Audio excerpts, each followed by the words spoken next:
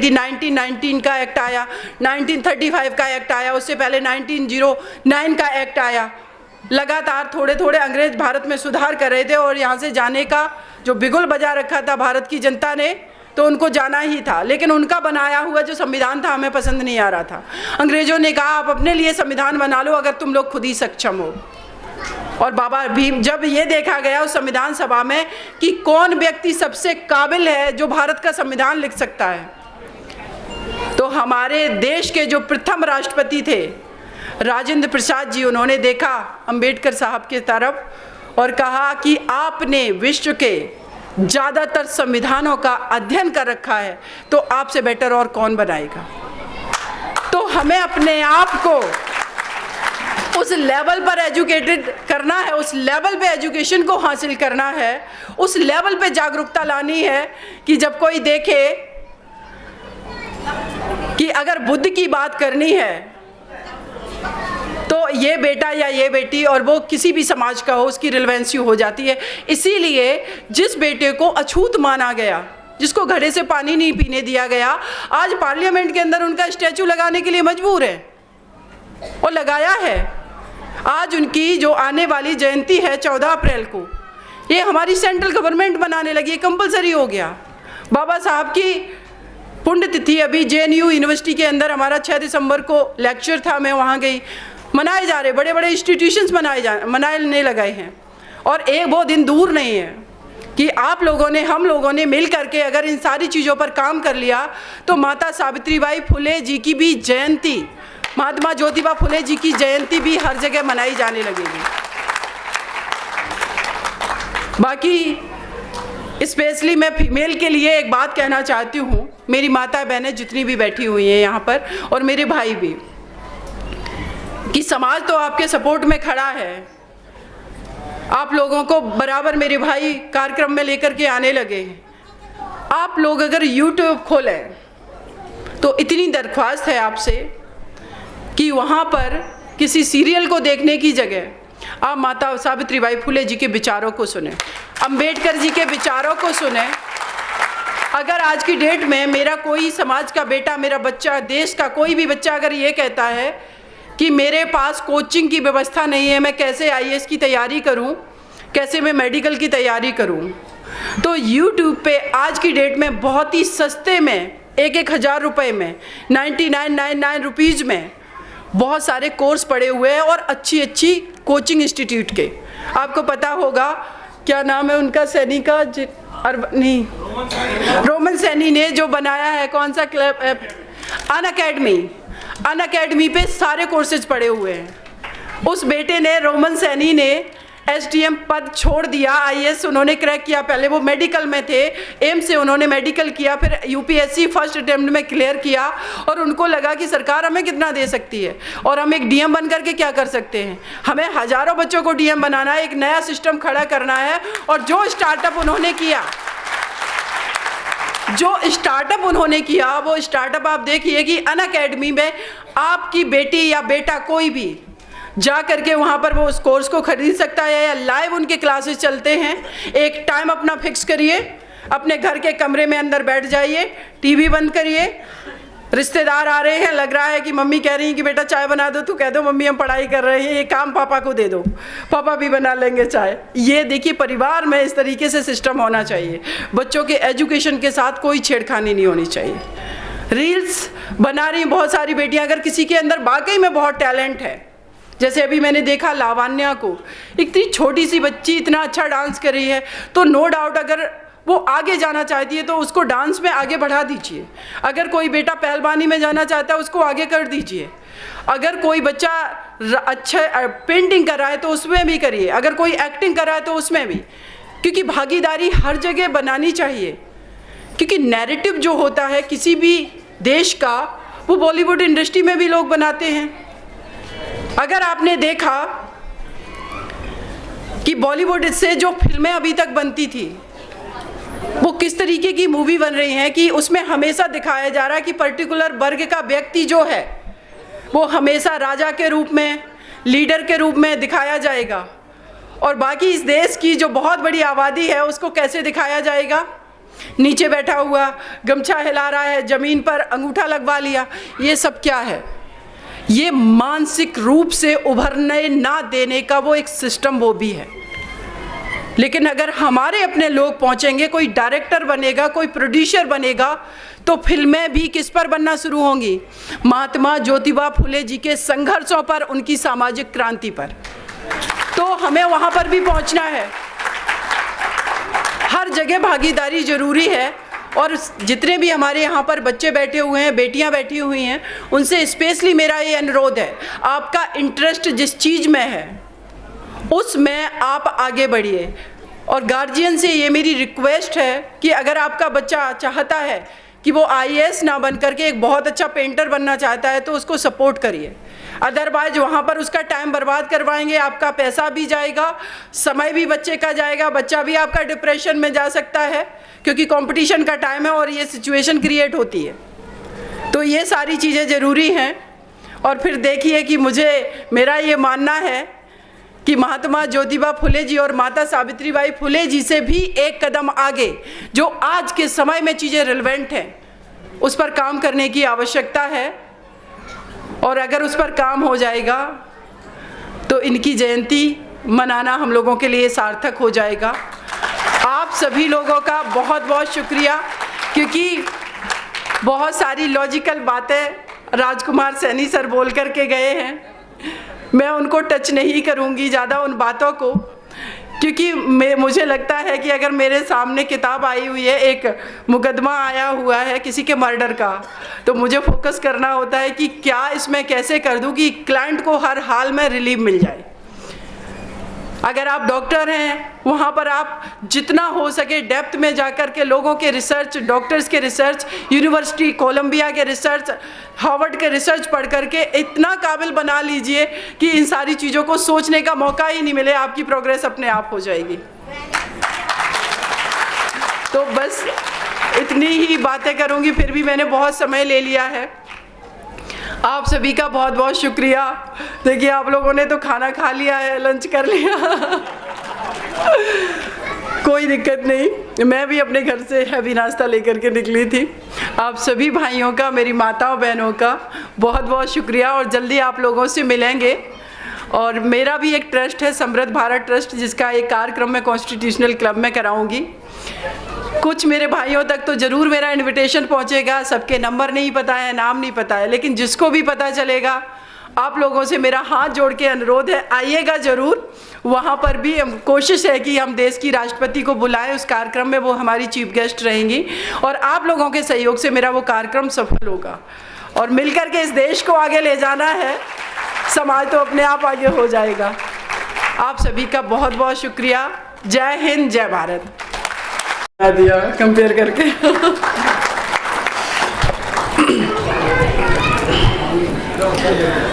सबसे पहले मैं सैनी कुशवाहा वेलफेयर सोसाइटी गाजियाबाद के सभी पदाधिकारियों का, सभी लोगों का तहे दिल से शुक्रिया अदा करती हूँ, स्पेशली जिसमें शिशुपाल सैनी भाई, विमल कुमार साकिया भाई एवं डालचंद कुशवाहा जी। आज ये शिशुपाल सैनी भाई साहब मुझे कम से कम 2-3 महीने से कांटेक्ट कर रहे हैं कि सिस्टर आप आइए, हमारा एक कार्यक्रम का आयोजन होना है।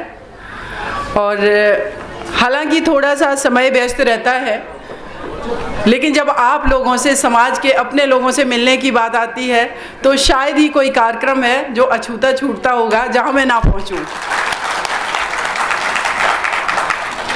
और अच्छा मुझे ये लग रहा है कि मैं निरंतर, आज से नहीं मैं बात करूंगी, अगर मैं अपने बचपन से बात करूं तो मेरे पिताजी जब किसी कार्यक्रम में जाते थे, मैं उनके साथ जाती थी, बहुत छोटी थी, 6-7 साल की। मुझे उस कार्यक्रम में कभी कोई स्त्री नहीं दिखती थी, फीमेल नहीं दिखाई पड़ती थी। लेकिन आज मैं आप सभी लोगों का, स्पेशली मेरे समाज के मेरे भाइयों का मैं शुक्रिया अदा करती हूँ कि आप लोग अपनी घर की पत्नी, अपनी बेटी, अपनी बहन को लेकर के कार्यक्रम में बराबर हिस्सेदारी दे रहे हैं। और मैं सिर्फ और सिर्फ ये दावे के साथ कहती हूँ, ये सिर्फ मैं अपने समाज के लोगों के बीच देख रही हूँ। सैल्यूट है आप लोगों को। आज हम महात्मा ज्योतिबा फुले जी की जयंती मना रहे हैं। ये जो व्यक्तित्व है महात्मा ज्योतिबा फुले जी, उनकी बात इनकी पत्नी माता सावित्रीबाई फुले जी के बिना अधूरी लगती है, और माता सावित्रीबाई फुले जी के कार्यों का अगर हम आकलन करें तो महात्मा ज्योतिबा फुले जी के बिना अधूरी लगती है। इस देश के अंदर अगर आज मुझसे कोई पूछे कि आइडियल कपल कौन है, तो एकमात्र मुझे ये देश के अंदर आइडियल कपल दिखता है, आज से करीब 250 साल पहले जिस देश के अंदर स्त्रियों को, चाहे वो किसी भी समाज की स्त्री हो, उसको घर से बाहर निकलने की आज़ादी नहीं थी। चाहे वो सवर्ण हो, चाहे ओबीसी हो, दलित हो, एसटी हो, माइनॉरिटी जो। हमें अपने आप पे गर्व महसूस करना चाहिए कि महात्मा ज्योतिबा फुले कितने प्रोग्रेसिव माइंड के व्यक्ति रहे होंगे कि उन्होंने उस दौर में जो वो सामाजिक क्रांति की लड़ाई लड़ रहे थे, उसमें अपनी पत्नी की उन्होंने हिस्सेदारी सुनिश्चित करी, उनको एजुकेटेड किया, और पुणे में 1848 में पहला विद्यालय बनवाया स्त्रियों के लिए, देश की बेटियों के लिए। अभी मैं मंच पर बैठी बैठी फेसबुक को मैंने स्क्रॉल किया, देखा वहाँ पर रिसेंटली कल या परसों में उत्तर प्रदेश में रिजल्ट आया है यूपीपीसीएस का, आप लोगों को पता होगा। ऊपर हेडिंग है 48 बच्चे डिप्टी कलेक्टर बने, और नीचे 8 बच्चों के नाम हैं जो डिप्टी कलेक्टर बने हैं। मतलब डिप्टी कलेक्टर में 8 लोगों के फोटोग्राफ हैं। 8 में 4 बेटे हैं और 4 बेटियां हैं। ये बात मैं इसलिए इंगित करना चाहती हूँ कि अभी भी इस देश के अंदर अगर मौके देने की बात आए, अगर अपॉर्चुनिटी देने की बात आए, अगर उनको संपत्ति देने की बात आए, अगर उनको बराबरी का हक देने की बात आए, तो सबसे पहले परिवार के अंदर चुनाव बेटे का किया जाता है। लेकिन उस लिमिटेड अपॉर्चुनिटी में, लिमिटेड मौकों में हमारी बेटियां बेटों के बराबर प्रूफ कर रही हैं। ये बात आज से करीब 250 साल पहले हमारे समाज में जन्मे इस देश के आइकॉन, वो माली समाज में जन्मे थे, लेकिन जो व्यक्ति सामाजिक क्रांति करता है, जो समाज की कुरीतियों पर कुठाराघात करता है, सामाजिक क्रांति की बात करता है, शिक्षा की बात कर रहा है, स्वास्थ्य की बात कर रहा है, साहित्य लिख रहे हैं, और तो और आप लोगों को पता होगा जो देश की आज सबसे बड़ी कंपनी कहा जाता है टाटा। महात्मा ज्योतिबा फुले एक बहुत बड़े इंजीनियर थे। उन्होंने पीसीसी करके कंपनी बनाई थी, और उस टाइम पीसीसी कंपनी का जो टर्नओवर था वो 21,000 करोड़ आज की मुद्रा के बराबर था, और उस समय में टाटा कंपनी का 20,000 करोड़ टर्नओवर था। वो इंजीनियर भी थे, सामाजिक क्रांति के दूत थे, और उनके जैसा काम भले ही उन्होंने महाराष्ट्र में किया, लेकिन आज भारत ही नहीं विश्व के कई एक पटल पर उनके कामों को रिकॉग्नाइज किया जा रहा है, उनके कामों को याद किया जा रहा है। वो अलग बात है कि अभी भी हम महात्मा ज्योतिबा फुले जी की तरह अपने घर में स्त्रियों को वो बराबरी का हक नहीं दे पा रहे हैं। महात्मा ज्योतिबा फुले जी, क्या उस समय में उनका परिवार नहीं होगा, उनकी मदर होंगी। मैं पीछे चाहती हूँ कि थोड़ा शांति रखें। उनके माता सावित्रीबाई फुले जी के ससुर भी होंगे। समाज का स्ट्रक्चर ऐसा था।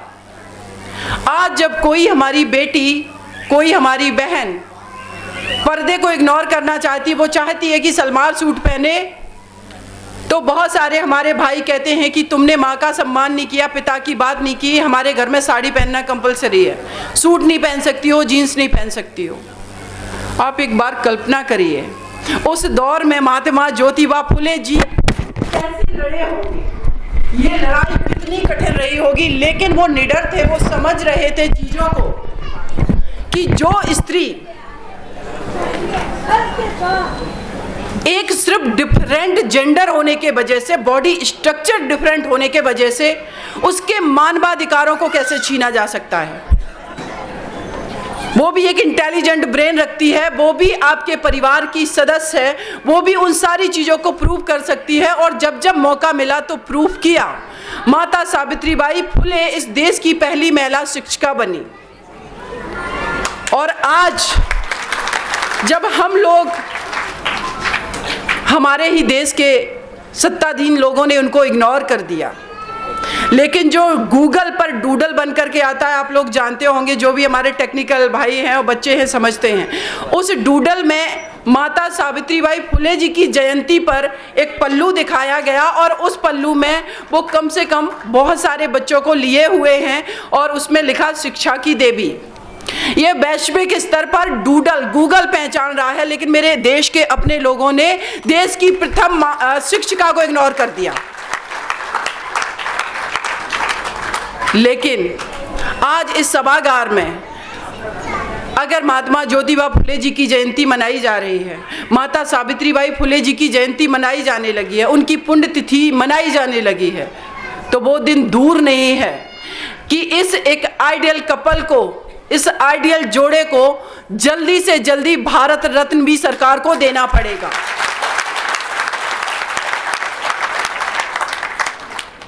हम लोग ये बात करते हैं, नो डाउट भारत के अंदर जाति व्यवस्था है और बिना कैटेगरी के यहाँ पर लोगों को आइडेंटिफाई नहीं किया जाता है। जब हम फॉर्म भरते थे यूपीएससी का, आईएएस का, कैटेगरी पूछी जाती, जनरल, ओबीसी, एससी, एसटी, और एक तरफ बात होती है जाति प्रथा को खत्म करना है।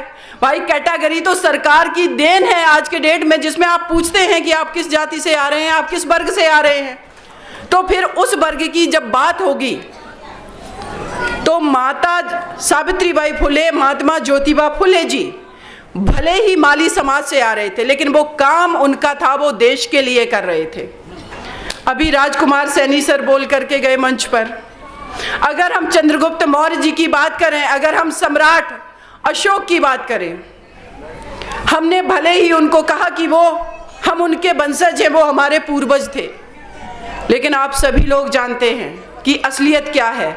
असलियत ये है कि वो भले ही हम उनके वंशज हैं, वो हमारे पूर्वज थे, लेकिन इस देश के अंदर अगर सबसे बड़ा कोई सम्राट हुआ है तो कौन हुआ है, बताइए, जवाब दीजिए। क्या उन्होंने कभी भेदभाव किया होगा? आज हमारे भारत के संविधान में जितने भी नीति निर्देशक तत्व हैं, डायरेक्टिव प्रिंसिपल हैं, उसमें 90% जो उनके द्वारा लिखा गया प्रतिज्ञाएं थी, जो धम्म था उनका, जो धम्म का प्रचार प्रसार था, उसी से ले लिया गया है। पेड़ पौधे आप लगाएंगे, लोगों के लिए पानी की व्यवस्था करेंगे, न्यायिक व्यवस्था होगी, धम्म का प्रचार होगा, सभी मानव, सभी पशुओं के साथ हिंसा नहीं की जाएगी। ये सब कहाँ से आया है? ये बुद्ध से आया है, और बुद्ध के उस धर्म का जो प्रचार प्रसार सम्राट अशोक ने किया, उसके बाद उनके पुत्र, उनकी पुत्री महेंद्र और संघमित्रा ने किया, और उसके बाद निरंतर ये होता चला आ रहा है।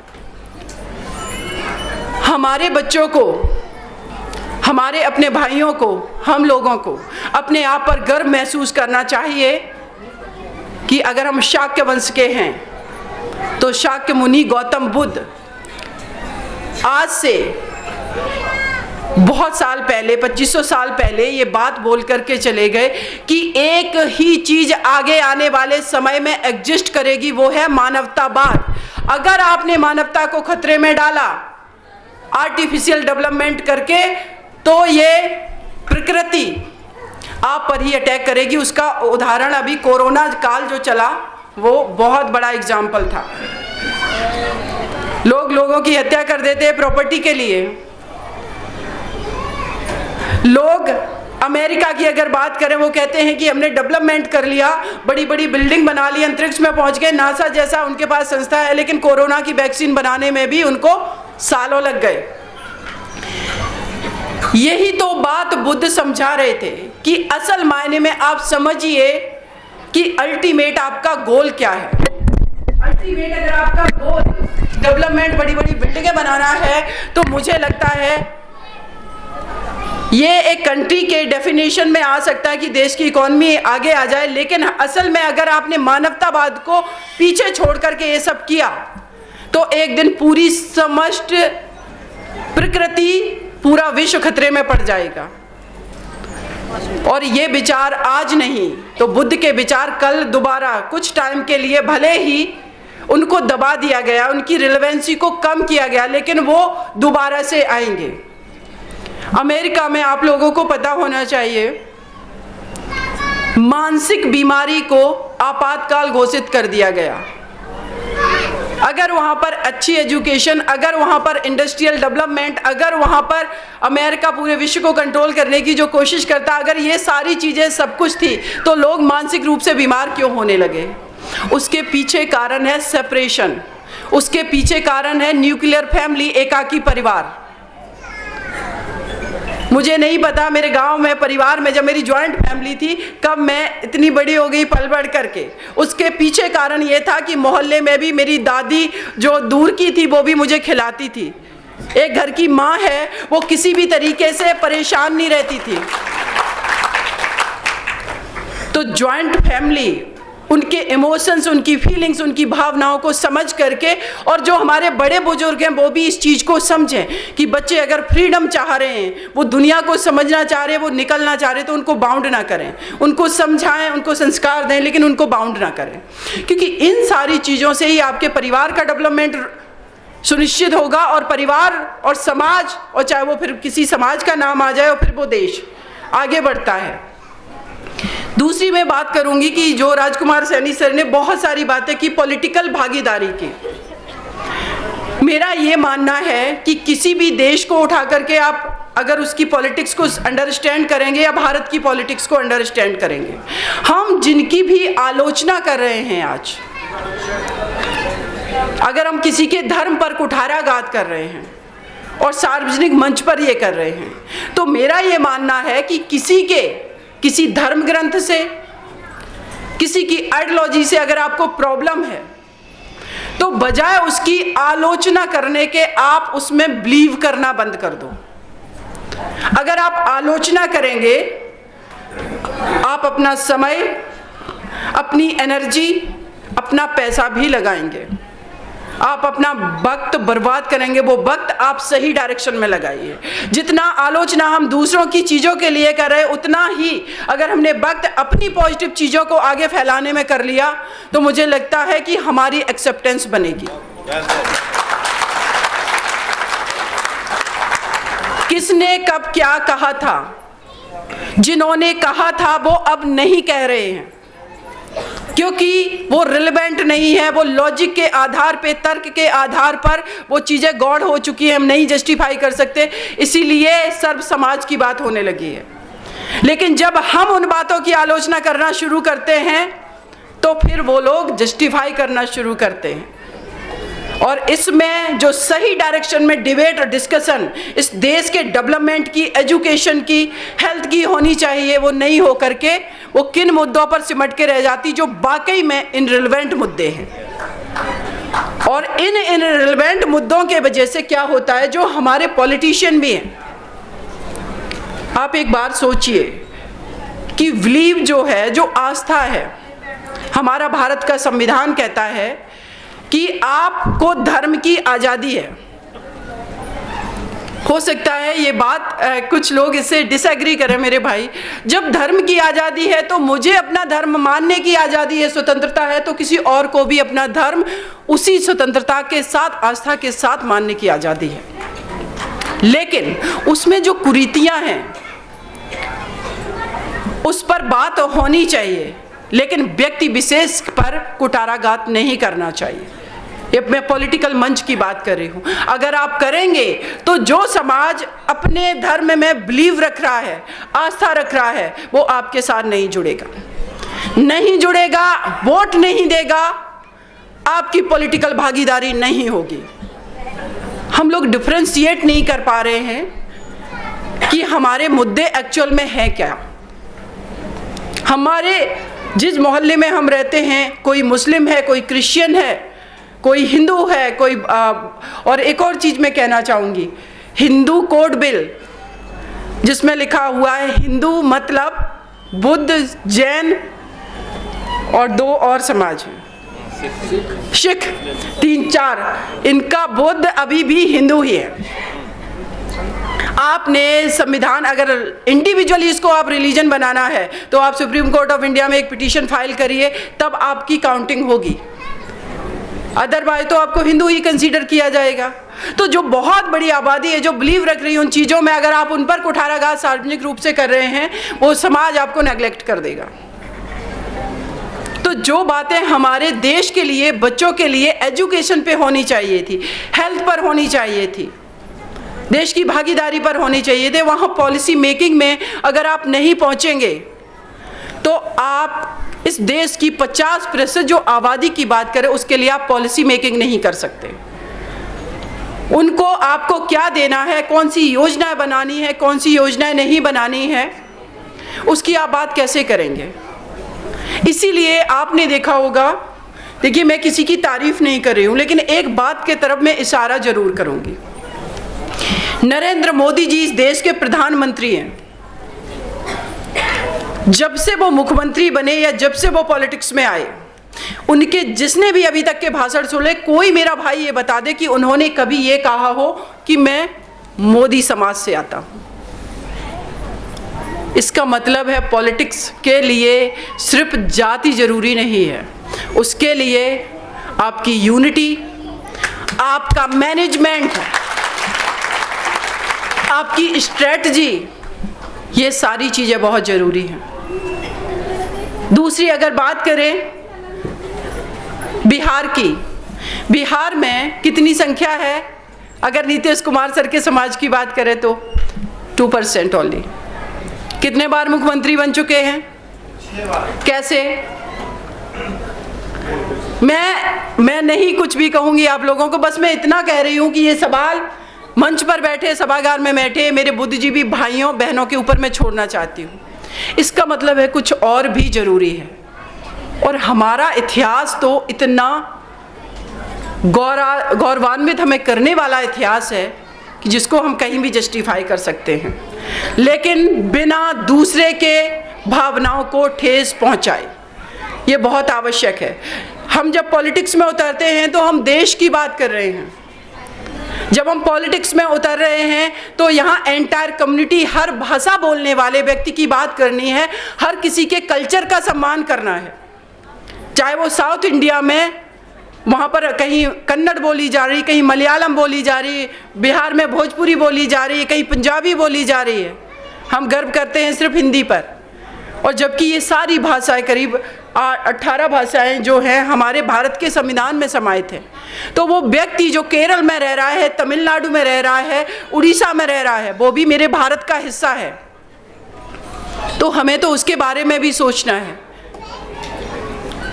और तब आप दावे के साथ मैं कहती हूँ कि जब इस अप्रोच के साथ कि हम भले ही इस समाज से आते हैं, लेकिन मेरा जो विजन है वो देश के लिए है, और देश के बारे में सोचेंगे, देश के मुद्दों पर बात करेंगे, तो समाज तो अपने आप आगे हो जाएगा।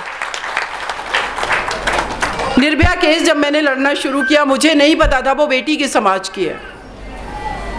जब मैंने उन चारों को फांसी करवा दी, उसके बाद जब लोग बार बार हमसे सोशल मीडिया पर या पर्सनली सवाल कर रहे थे, पता नहीं क्यों इंटरेस्ट था लोगों को, मुझे नहीं पता। मुझे तो लगता है इस देश के अंदर हर घर की बेटी की एक जैसी समस्याएं हैं, हर स्त्री की एक जैसी समस्या, वो किसी भी घर की हो, किसी भी समाज की हो। उसके बाद मैंने जब पूछा तो मुझे पता चला, लेकिन फिर भी मैं आप लोगों के सामने डिस्क्लोज नहीं करूंगी। लेकिन मैं ये बात इसलिए उदाहरण दे रही हूँ कि जब मीडिया में मेरा नाम आना शुरू हुआ तो मेरे भाइयों, हर समाज ने मुझे सराहा, क्योंकि मैंने जात भी नहीं पता की थी कि उस बेटी की क्या है। तो काम आप नेशनल लेवल के करिए। आपके हमारे देश में जो सम्राट अशोक हुए, महान हुए, उन्होंने कभी सोचा होगा क्या उन्होंने ये कभी बात करी होगी? इसीलिए तो वो सम्राट बने। सम्राट तो सभी का राजा होता है और प्रजा के हित में सोचता है। जब हमारे पास ऐसे पूर्वज हैं तो हमें जाति की जगह जमात की बात करके, हाँ, जाति को यूनाइट करिए, संसाधन इकट्ठे करिए, धन एकत्रित करिए, यूनाइट रहिए, देश के मुद्दों को उठाइए। और अगर वाकई में स्ट्रॉन्ग करना है जाति को, तो मेरा ये मानना है कि अपना पड़ोसी अगर आपका भूखा सो रहा है तो आप अपने समाज के हित की बात करने वाले मसीहा नहीं हो सकते हैं। अगर आपके समाज का कोई बच्चा धन के अभाव में, संसाधन के अभाव में अच्छी एजुकेशन नहीं ले पा रहा है, तो जातीय संगठन बना करके काम करने का कोई मतलब नहीं है। ये बहुत ज़्यादा जरूरी है, क्योंकि जिस बच्चे को आप सपोर्ट कर रहे हैं वो बच्चा देश का है। नीरज चोपड़ा जो लड़का भाला फेंक में जो गोल्ड मेडल लेकर के आए ओलंपिक में, वो देश की पूंजी है। अभी हमारा एक भाई यहाँ पर जो कि है उसमें पहलवानी में, कल को ये बेटा हमारे समाज का निकलेगा और जाकर के ओलंपिक में या राष्ट्रमंडल गेम में अगर ये जाएगा, ये किसका बेटा होगा? ये पहले बन जाएगा देश का बेटा। गर्व महसूस होगा कि माता सावित्रीबाई फुले जी इस देश की प्रथम महिला शिक्षिका हैं, सिर्फ वो माली समाज की नहीं है। लेकिन गर्व हमें इसलिए महसूस कर रहे हैं कि वो इस समाज से आती हैं। इसका मतलब ये है कि ये समाज प्रोग्रेसिव है, तो हमें अपने आप को ऐसे जस्टिफाई करना है। लेकिन हमारी थोड़ी आइडियोलॉजी डिफरेंट हो जाती है तो अदर कम्युनिटी के लोग हमसे नहीं जुड़ेंगे, तो भाई साहब अपनी जो रिलेवेंसी है पॉलिटिक्स में वो नहीं हो पाएगी। और नहीं हो पाएगी, आपका समाज से लोग प्रधानमंत्री भी बन सकते, मुख्यमंत्री भी बन सकते। स्ट्रैटेजी बना लीजिए, उन लोगों को भी अपने घर में बैठाइए। अपना इतिहास तो हम पढ़ ही रहे हैं, लेकिन जिन लोगों ने आपके इतिहास को तवज्जो नहीं दी, उनका इतिहास क्या है उसको भी पढ़ लीजिए। अगर लोग ये कहते हैं कि सावरकर की रिलेवेंसी है, तो मैं ये कहती हूँ आज इस मंच से, सावरकर की आलोचना आप तब तक नहीं करिए जब तक आप उनको खुद को ना पढ़ लें। अगर आपने पढ़ लिया तो उनके आलोचना के पॉइंट आप उसी से निकालिए, तो जो लोग उनको रिलेवेंट करना चाहते हैं उनको आप तभी इनरिलेवेंट बना पाएंगे। तो इतिहास इस देश का हर समाज का पढ़ना है। कुरान को भी पढ़िए, गीता को भी पढ़िए, रामायण को भी पढ़िए, और हमारे जो महापुरुषों ने लिखा है, चाहे वो छत्रपति साहू जी महाराज हों, महात्मा ज्योतिबा फुले हों, नारायणा गुरु हों, और सबसे बड़ा तो भारत का संविधान बाबा भीमराव अंबेडकर जी ने आप लोगों के लिए लिख दिया है। लेकिन इन सारी चीज़ों को समझे बिना पॉलिटिकल भागीदारी संभव नहीं है उस लेवल पर। हालांकि अभी राजकुमार सैनी सर बोल करके गए, बाबू सिंह कुशवाहा सर यहाँ नहीं आए हैं। बहुत हमारे समाज के लोगों ने अपना एक मुकाम हासिल किया है, लेकिन और ज़्यादा अगर आगे आना है, देश का नेतृत्व करना है, किसी राज्य का इंडिपेंडेंट तरीके से नेतृत्व करना है, तो उसके लिए कुछ स्ट्रेटजी हमें बनानी होगी। आपके समाज का बेटा या बेटी, चाहे वो पॉलिटिक्स करना चाहे या वो अच्छी एजुकेशन लेना चाहे, अगर वो लंदन जाना चाहता है, अगर किसी एक समाज का बेटा आपके मोहल्ले का बेटा, तो मुझे नहीं लगता है कि कोई भी समाज यूनाइट होकर के अपने बेटे को लंदन पढ़ने नहीं भेज सकता। वहाँ से एजुकेशन लेकर के आएगा, कभी मीडिया में डिबेट डिस्कशन कर रहा होगा, कभी पार्लियामेंट में जाकर के भी डिबेट करेगा, सरकार की पॉलिसी में हिस्सेदारी बनाएगा, तो ये सारी चीज़ें तभी संभव होंगी। और साथ ही साथ मैं जितने भी मंच पर जा रही हूँ, मैंने देखा है, ये बात थोड़ी सी ज़रूरी थी कि मेरा समाज एक्चुअल में इस देश में बहुत अच्छे ढंग से नेशनल इशूज को उठा करके काम कर रहा है। इतिहास तो हमारा है ही और वर्तमान में भी हम कर रहे हैं, लेकिन मैं ये सुनिश्चित करना चाहती हूँ कि सभागार में बैठे मेरे जो जितनी भी माताएं बहनें हैं, मेरे भाई हैं, कि भविष्य में भी आप लोग वो काम करें जो इस देश का नेतृत्व संभालें। हमारे बड़े बुजुर्ग बैठे हुए हैं, आप सब लोगों को हमसे ज़्यादा एक्सपीरियंस है। अगर हम अपने तक सीमित रह गए तो बहुत मुश्किल हो जाएगा। अभी मैंने कुछ दिन पहले देखा, 2-3 दिन पहले, हमारे देश की राष्ट्रपति जो कि एसटी कम्युनिटी से आती हैं, उन्होंने सुप्रीम कोर्ट में एक भाषण दिया था कि आखिर वो कौन लोग हैं जो 100 रुपए की चोरी में, जो 1000 रुपए की चोरी में किसी को थप्पड़ मार देने के सज़ा में अगर वो जेल के अंदर हैं और उनके घर वाले इसलिए नहीं छुटा रहे क्योंकि उनके पास पैसे नहीं हैं, उनको ज़मीन बेचनी पड़ेगी। ये बात देश के चीफ जस्टिस ऑफ इंडिया के सामने बोली गई, वहाँ के सेक्रेटरी प्रेसिडेंट बार के उनके सामने बोली गई, कम से कम 8-10 जस्टिस बैठे हुए थे। ये बात जब सार्वजनिक मंच पर उन्होंने बोली, रिसेंटली 2-3 दिन पहले केंद्र सरकार ने क्या किया है कि जितने ऐसे लोग हैं कैदी और उनकी बेल हो गई, वो बॉन्ड नहीं भर पा रहे, उनके पास पैसे नहीं हैं, तो सरकार उनके लिए योजनाएं बनाएगी।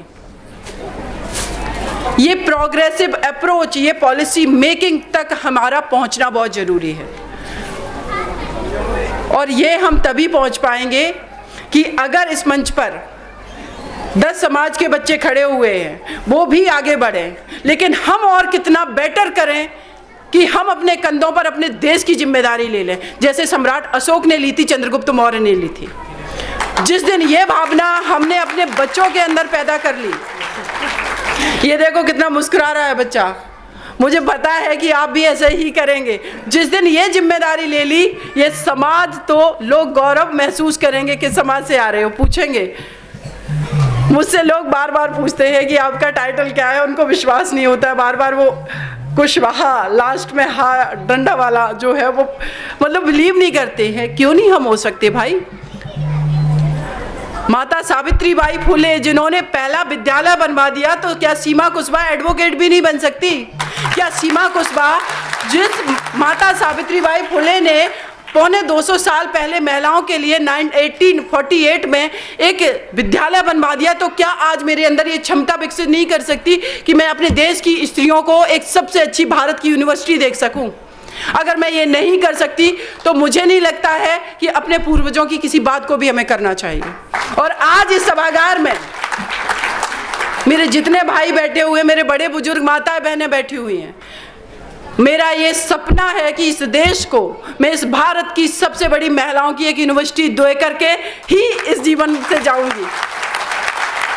और वो यूनिवर्सिटी में आप लोगों को एक और बात बताना चाहती हूँ, उस यूनिवर्सिटी में अगर कोई किचन के लिए भी हमें फंडिंग करेगा ना, कि इस यूनिवर्सिटी में 10 किचन बननी है, 10 के लिए भी अगर फंडिंग करेगा तो उनका नाम वहाँ होगा। ये कलेक्टिवली हम वर्क करेंगे। कुछ भाइयों ने मुझे सपोर्ट किया है, ज़मीन दी है, इंटरनेशनल लेवल पे भी जाऊंगी, मैं फंड कलेक्ट करूंगी, लेकिन मैं ये बना करके रहूंगी। और मुझे ये लगता है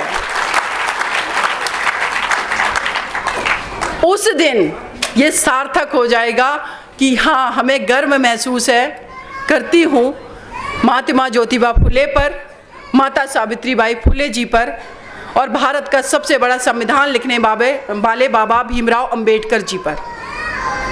आप लोगों को पता होगा शायद कि बाबा भीमराव अंबेडकर जी, जिनके पास 32 डिग्रियां थी, जब संविधान सभा का गठन हुआ कि भारत, जब अंग्रेज यहाँ से जा रहे थे, उन्होंने कहा कि जब मेरे द्वारा बनाया गया, मोतीलाल नेहरू कमेटी बनी, उससे पहले कई ये कमेटी बनी थी, 1919 का एक्ट आया, 1935 का एक्ट आया, उससे पहले 1909 का एक्ट आया। लगातार थोड़े थोड़े अंग्रेज भारत में सुधार कर रहे थे और यहाँ से जाने का जो बिगुल बजा रखा था भारत की जनता ने, तो उनको जाना ही था। लेकिन उनका बनाया हुआ जो संविधान था हमें पसंद नहीं आ रहा था। अंग्रेजों ने कहा आप अपने लिए संविधान बना लो अगर तुम लोग खुद ही सक्षम हो। और बाबा भीम, जब ये देखा गया उस संविधान सभा में कि कौन व्यक्ति सबसे काबिल है जो भारत का संविधान लिख सकता है, तो हमारे देश के जो प्रथम राष्ट्रपति थे राजेंद्र प्रसाद जी, उन्होंने देखा अंबेडकर साहब के तरफ और कहा कि आपने विश्व के ज़्यादातर संविधानों का अध्ययन कर रखा है, तो आपसे बेटर और कौन बनाएगा। तो हमें अपने आप को उस लेवल पर एजुकेटेड करना है, उस लेवल पे एजुकेशन को हासिल करना है, उस लेवल पे जागरूकता लानी है कि जब कोई देखे कि अगर बुद्ध की बात करनी है तो ये बेटा या ये बेटी, और वो किसी भी समाज का हो, उसकी रिलेवेंसी हो जाती है। इसीलिए जिस बेटे को अछूत माना गया, जिसको घड़े से पानी नहीं पीने दिया गया, आज पार्लियामेंट के अंदर उनका स्टैचू लगाने के लिए मजबूर है और लगाया है। आज उनकी जो आने वाली जयंती है 14 अप्रैल को, ये हमारी सेंट्रल गवर्नमेंट बनाने लगी, कंपलसरी हो गया। बाबा साहब की पुण्यतिथि अभी JNU यूनिवर्सिटी के अंदर हमारा 6 दिसंबर को लेक्चर था, मैं वहाँ गई। मनाए जा रहे, बड़े बड़े इंस्टीट्यूशंस मनाने लगाए हैं। और एक वो दिन दूर नहीं है कि आप लोगों ने, हम लोगों ने मिल करके अगर इन सारी चीज़ों पर काम कर लिया तो माता सावित्रीबाई फुले जी की भी जयंती, महात्मा ज्योतिबा फुले जी की जयंती भी हर जगह मनाई जाने लगेगी। बाकी स्पेशली मैं फीमेल के लिए एक बात कहना चाहती हूँ, मेरी माता बहनें जितनी भी बैठी हुई हैं यहाँ पर और मेरे भाई भी, कि समाज तो आपके सपोर्ट में खड़ा है। आप लोगों को बराबर मेरे भाई कार्यक्रम में लेकर के आने लगे हैं। आप लोग अगर YouTube खोलें तो इतनी दरख्वास्त है आपसे कि वहाँ पर किसी सीरियल को देखने की जगह आप माता सावित्रीबाई फुले जी के विचारों को सुने, अंबेडकर जी के विचारों को सुने। अगर आज की डेट में मेरा कोई समाज का बेटा, मेरा बच्चा, देश का कोई भी बच्चा अगर ये कहता है कि मेरे पास कोचिंग की व्यवस्था नहीं है, मैं कैसे IAS की तैयारी करूं, कैसे मैं मेडिकल की तैयारी करूं, तो YouTube पे आज की डेट में बहुत ही सस्ते में 1,000 रुपये में 9999 रुपीज़ में बहुत सारे कोर्स पड़े हुए हैं और अच्छी अच्छी कोचिंग इंस्टीट्यूट के। आपको पता होगा क्या नाम है उनका, सैनी का नहीं, रोमन सैनी ने जो बनाया है, कौन सा क्लब, अनअकैडमी पे सारे कोर्सेज पड़े हुए हैं। उस बेटे ने, रोमन सैनी ने SDM पद छोड़ दिया, IAS उन्होंने क्रैक किया। पहले वो मेडिकल में थे, एम्स से उन्होंने मेडिकल किया, फिर UPSC फर्स्ट अटेम्प्ट में क्लियर किया और उनको लगा कि सरकार हमें कितना दे सकती है और हम एक DM बन करके क्या कर सकते हैं। हमें हज़ारों बच्चों को DM बनाना है, एक नया सिस्टम खड़ा करना है। और जो स्टार्टअप उन्होंने किया, वो स्टार्टअप आप देखिए कि अनअकैडमी में आपकी बेटी या बेटा कोई भी जा करके वहाँ पर वो उस कोर्स को खरीद सकता है या लाइव उनके क्लासेस चलते हैं। एक टाइम अपना फिक्स करिए, अपने घर के कमरे में अंदर बैठ जाइए, TV बंद करिए। रिश्तेदार आ रहे हैं, लग रहा है कि मम्मी कह रही है कि बेटा चाय बना दो, तो कह दो मम्मी हम पढ़ाई कर रहे हैं, ये काम पापा को दे दो, पापा भी बना लेंगे चाय। ये देखिए, परिवार में इस तरीके से सिस्टम होना चाहिए। बच्चों के एजुकेशन के साथ कोई छेड़खानी नहीं होनी चाहिए। रील्स बना रही बहुत सारी बेटियां, अगर किसी के अंदर वाकई में बहुत टैलेंट है, जैसे अभी मैंने देखा लावण्या को, इतनी छोटी सी बच्ची इतना अच्छा डांस कर रही है, तो नो डाउट अगर वो आगे जाना चाहती है तो उसको डांस में आगे बढ़ा दीजिए। अगर कोई बेटा पहलवानी में जाना चाहता है उसको आगे कर दीजिए। अगर कोई बच्चा अच्छा पेंटिंग कर रहा है तो उसमें भी करिए, अगर कोई एक्टिंग कर रहा है तो उसमें भी, क्योंकि भागीदारी हर जगह बनानी चाहिए। क्योंकि नैरेटिव जो होता है किसी भी देश का, वो बॉलीवुड इंडस्ट्री में भी लोग बनाते हैं। अगर आपने देखा कि बॉलीवुड से जो फिल्में अभी तक बनती थी वो किस तरीके की मूवी बन रही हैं कि उसमें हमेशा दिखाया जा रहा है कि पर्टिकुलर वर्ग का व्यक्ति जो है वो हमेशा राजा के रूप में, लीडर के रूप में दिखाया जाएगा, और बाकी इस देश की जो बहुत बड़ी आबादी है उसको कैसे दिखाया जाएगा, नीचे बैठा हुआ, गमछा हिला रहा है, ज़मीन पर अंगूठा लगवा लिया। ये सब क्या है? ये मानसिक रूप से उभरने ना देने का वो एक सिस्टम वो भी है। लेकिन अगर हमारे अपने लोग पहुंचेंगे, कोई डायरेक्टर बनेगा, कोई प्रोड्यूसर बनेगा, तो फिल्में भी किस पर बनना शुरू होंगी? महात्मा ज्योतिबा फुले जी के संघर्षों पर, उनकी सामाजिक क्रांति पर। तो हमें वहां पर भी पहुंचना है। हर जगह भागीदारी जरूरी है। और जितने भी हमारे यहाँ पर बच्चे बैठे हुए हैं, बेटियाँ बैठी हुई हैं, उनसे स्पेशली मेरा ये अनुरोध है, आपका इंटरेस्ट जिस चीज़ में है उसमें आप आगे बढ़िए।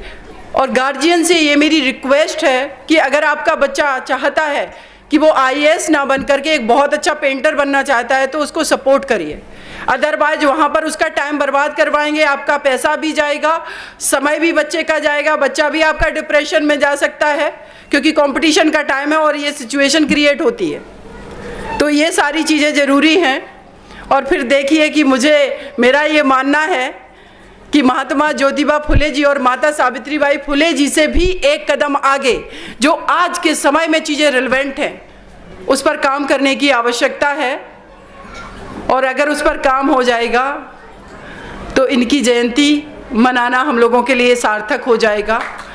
आप सभी लोगों का बहुत बहुत शुक्रिया, क्योंकि बहुत सारी लॉजिकल बातें राजकुमार सैनी सर बोल करके गए हैं, मैं उनको टच नहीं करूंगी ज़्यादा उन बातों को, क्योंकि मुझे लगता है कि अगर मेरे सामने किताब आई हुई है, एक मुकदमा आया हुआ है किसी के मर्डर का, तो मुझे फोकस करना होता है कि क्या इसमें कैसे कर दूं कि क्लाइंट को हर हाल में रिलीफ मिल जाए। अगर आप डॉक्टर हैं, वहाँ पर आप जितना हो सके डेप्थ में जाकर के लोगों के रिसर्च, डॉक्टर्स के रिसर्च, यूनिवर्सिटी कोलंबिया के रिसर्च, हार्वर्ड के रिसर्च पढ़ करके इतना काबिल बना लीजिए कि इन सारी चीज़ों को सोचने का मौका ही नहीं मिले, आपकी प्रोग्रेस अपने आप हो जाएगी। तो बस इतनी ही बातें करूँगी, फिर भी मैंने बहुत समय ले लिया है। आप सभी का बहुत बहुत शुक्रिया। देखिए आप लोगों ने तो खाना खा लिया है, लंच कर लिया कोई दिक्कत नहीं, मैं भी अपने घर से हैवी नाश्ता लेकर के निकली थी। आप सभी भाइयों का, मेरी माताओं बहनों का बहुत बहुत शुक्रिया, और जल्दी आप लोगों से मिलेंगे। और मेरा भी एक ट्रस्ट है, समृद्ध भारत ट्रस्ट, जिसका एक कार्यक्रम मैं कॉन्स्टिट्यूशनल क्लब में कराऊंगी। कुछ मेरे भाइयों तक तो ज़रूर मेरा इनविटेशन पहुंचेगा, सबके नंबर नहीं पता है, नाम नहीं पता है, लेकिन जिसको भी पता चलेगा, आप लोगों से मेरा हाथ जोड़ के अनुरोध है, आइएगा ज़रूर। वहाँ पर भी हम कोशिश है कि हम देश की राष्ट्रपति को बुलाएं उस कार्यक्रम में, वो हमारी चीफ गेस्ट रहेंगी, और आप लोगों के सहयोग से मेरा वो कार्यक्रम सफल होगा। और मिलकर के इस देश को आगे ले जाना है, समाज तो अपने आप आगे हो जाएगा। आप सभी का बहुत बहुत शुक्रिया। जय हिंद, जय भारत।